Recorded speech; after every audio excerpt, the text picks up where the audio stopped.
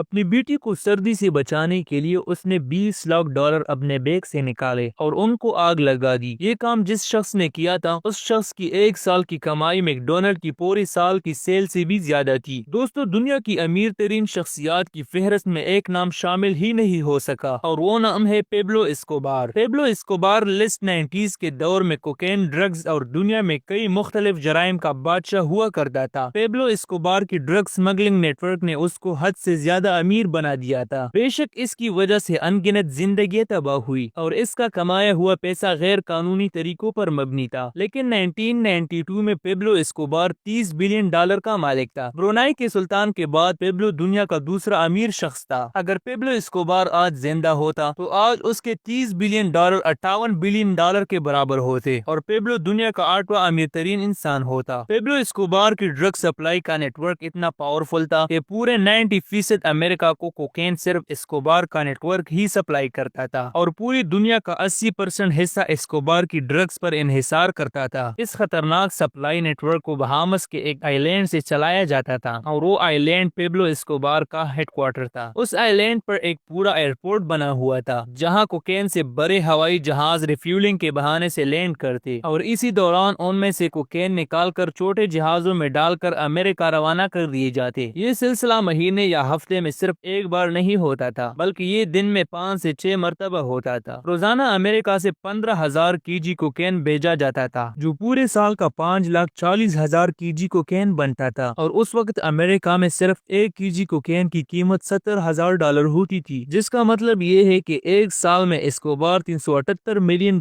کی کوکین صرف امریکہ میں سیل کرتا تھا اور یہ پورے 16 سال تک چلتا رہا۔ تحقیقاتی اداروں کا ماننا تھا کہ جو کوکین اسکوبار $70,000 فی kg کا فروخت کرتا تھا وہ اسکوبار کو صرف $5,000 کی پڑتی تھی۔ پیبلو اسکوبار پائلٹس کو صرف ایک فلائٹ کا $5 لاکھ دیتا تھا۔ اس کے علاوہ رشوتیں دینے کے بعد بھی اسکوبار کو $60 ملین صرف ایک ہی دن میں بچتے تھے جو سال کے $22 بلین بنتے ہیں۔ ان پیسوں کے زیادہ ہونے کا اندازہ ایسے لگایا جا سکتا ہے کہ میک ڈونلڈ نے سال 2019 میں $21 بلین کی سیل کی اور پیبلو اسکوبار کا 1980s میں ایک سال کا پروفٹ $22 بلین تھا، یعنی میک ڈونلڈ کی سیل سے بھی زیادہ۔ اور ظاہر ہے سارا پیسہ پیبلو اسکوبار ہارڈ کیش کی صورت میں رکھتا تھا۔ ان پیسوں کی گڈیاں بنانے کے لیے روزانہ $1,000 کے ربر بینڈ آتے تھے، یعنی مہینے کے $30,000 کے صرف ربر بینڈ اور سال کے $3,65,000۔ ظاہر ہے اتنے زیادہ پیسے پیبلو بینک میں تو رکھ نہیں سکتے، تو ان پیسوں کے سٹوریج کے لیے اس آئی لینڈ پہ بہت بڑے بڑے گوڈاؤن ہوتے تھے جن میں ڈرمز کے اندر یہ کیش سٹور کیا جاتا تھا۔ سٹور کیے گئے ان پیسوں کا 10% سالانہ یا تو چوہے کھا جاتے تھے یا پھر پانی کی وجہ سے سڑ جاتے تھے۔ یہ مانا جاتا ہے کہ پیبلو اسکوبار روزانہ اتنا کیش گن نہیں سکتا تھا تو پیسوں کو وزن کر کے گنے جاتے تھے۔ ایک مرتبہ پیبلو اسکوبار نے پولیس سے بچنے کے لیے میڈلن کے پہاڑوں پر اپنے بچوں کے ساتھ پناہ لے رکھی تھی۔ اس وقت اس کی بیٹی کو سردی لگی تھی۔ پیبلو کے پاس اس وقت آگ جلانے کے لیے لکڑی تو تھے نہیں، تو اس نے اپنے بیگ سے $2 ملین